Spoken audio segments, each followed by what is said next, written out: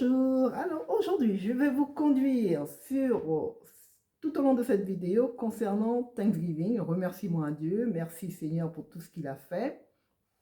Alors comme Thanksgiving c'était hier jeudi 27 2025 aux États-Unis, Thanksgiving c'est particulièrement une fête anglo-saxonne, mais plutôt une fête, c'est plutôt fêté au Canada et aux États-Unis, mais encore plus aux États-Unis, parce qu'aux États-Unis c'est la grosse fête. C'est la fête, une des fêtes la plus, je dirais même la fête la plus importante. Je ne sais pas, entre Christmas, entre Noël et Thanksgiving, laquelle est la plus importante, mais je dirais parce que à Thanksgiving, c'est le grand repas, c'est la grande bouffe. Donc, je dirais que Thanksgiving, pour moi, est très, très, très fêté aux États-Unis. Ayant vécu pendant plusieurs années, je sais de quoi je parle. Et c'est une fête, c'est un peu comme un réveillon de Noël, soit en France ou soit dans les Caraïbes dont je viens.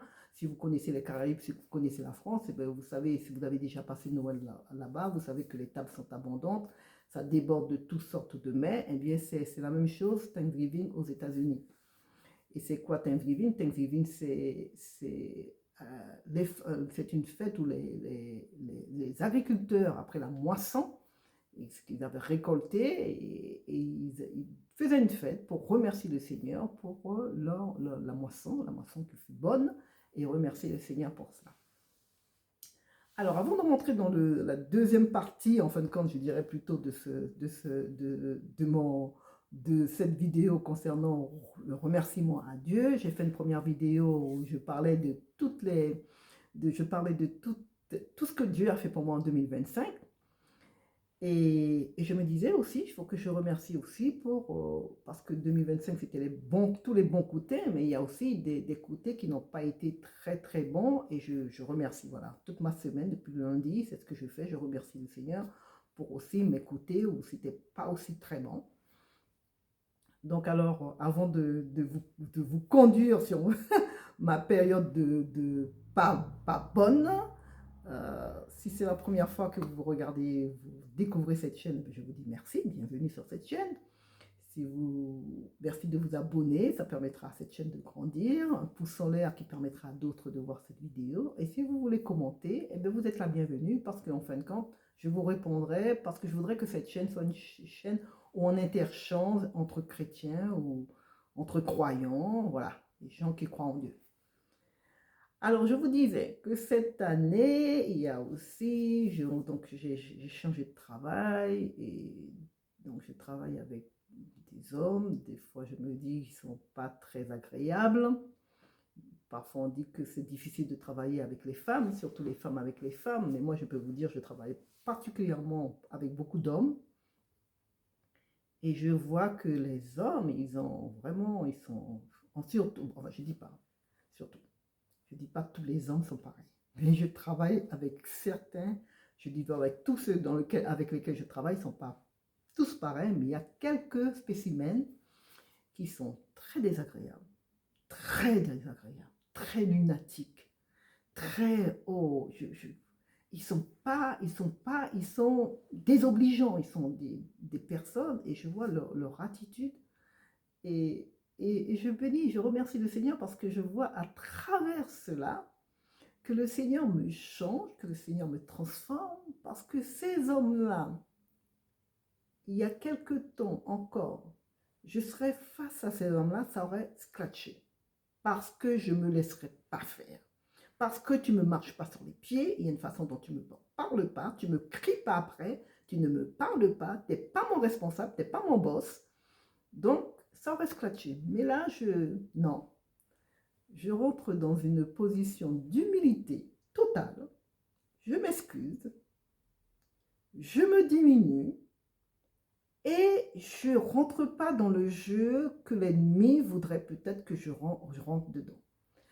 Parce que je ne sais pas qui les envoie, pourquoi ils ont une telle attitude, pourquoi à un moment ils sont bien et à un moment ils ne sont pas bien. Qu'est-ce que j'ai dit qui fait que tu exploses comme ça?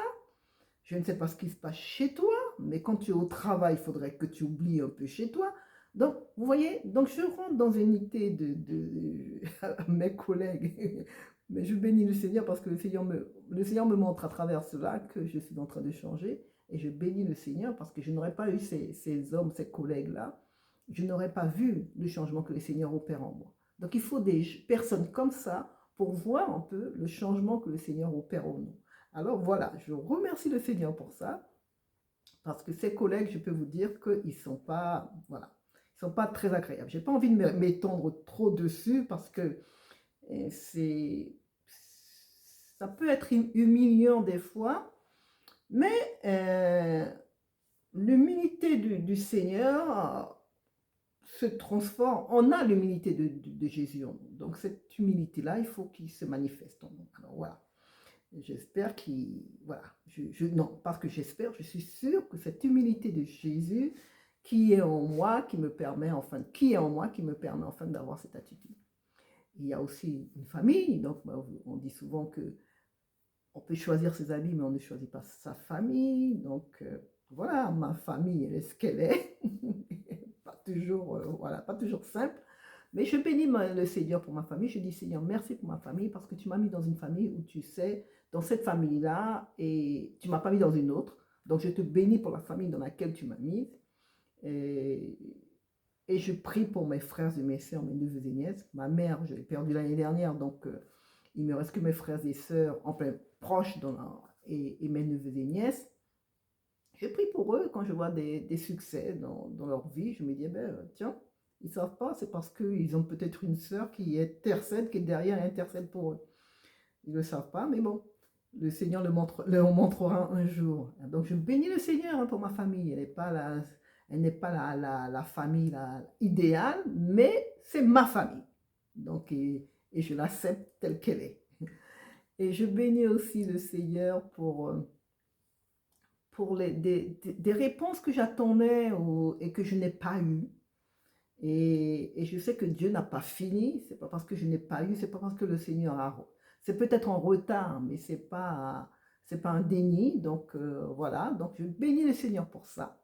Je bénis le Seigneur pour ça. Je bénis le Seigneur pour tous les accidents peut-être que j'aurais pu avoir, mais que le Seigneur a évité. Et souvent on ne sait pas.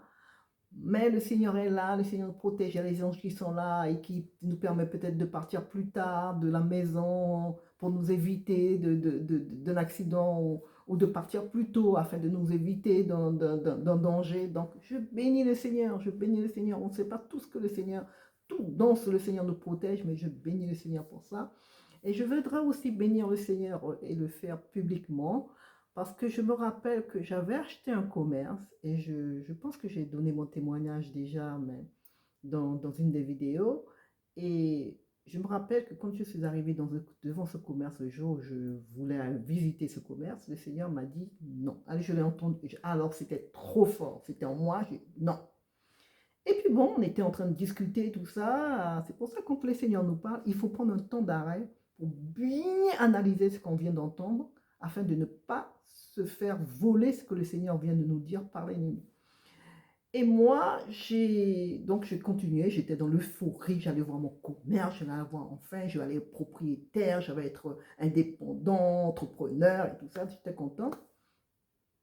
Et donc, je suis rentrée dedans, j'ai visité, j'étais contente de ce qui est. J'étais avec une amie, elle m'a dit, ah oui, c'est bien, ça t'irait bien, tout ça, parce que je lui ai demandé son avis, et elle m'a donné son avis.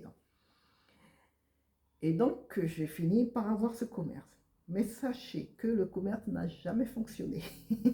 Donc, au bout d'un certain temps, j'étais obligée de déposer le bilan. Et donc, je devais de l'argent à la banque. Parce que j'avais fait un prêt, les amis, pour acheter ce commerce. J'avais fait un prêt. Et quand j'ai déposé le bilan, donc il fallait quand même que je continue à payer ce prêt.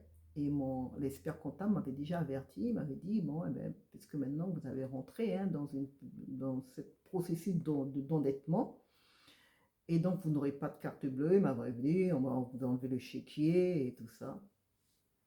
Donc il m'avait bien préparé avant. Eh bien les amis, j'ai eu rien de cela.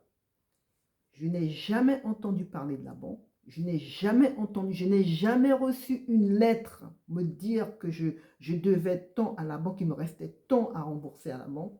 je n'ai jamais reçu, je n'ai jamais rien reçu de la banque. C'est comme si je n'avais jamais fait ce prêt, c'est comme si je n'avais jamais été endetté. Et je me rappelle que le cabinet qui a fait la session m'avait envoyé une facture hein, pour leur service, le service qu'ils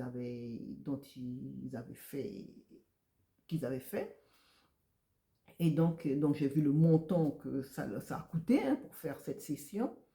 Et moi, ce que j'ai fait un chèque pour l'envoyer parce qu'entre-temps, moi, j'avais travaillé, je gagnais de l'argent et tout ça. Donc, j'avais de l'argent. Donc, je payais.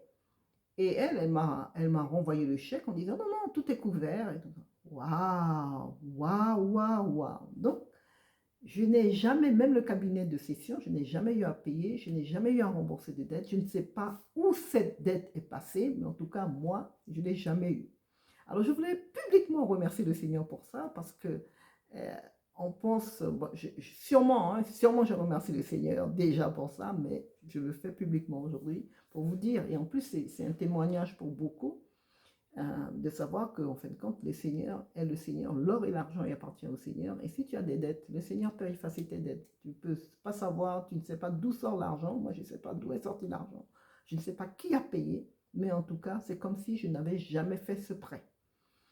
Alors voilà, pour tout ce que je vais remercier le Seigneur et pour tout ce que le Seigneur ne m'a pas donné, mais parce que, et je ne peux pas dire que le Seigneur ne m'a pas donné, c'est pas une bonne attitude c'est pas une bonne attitude de ma part.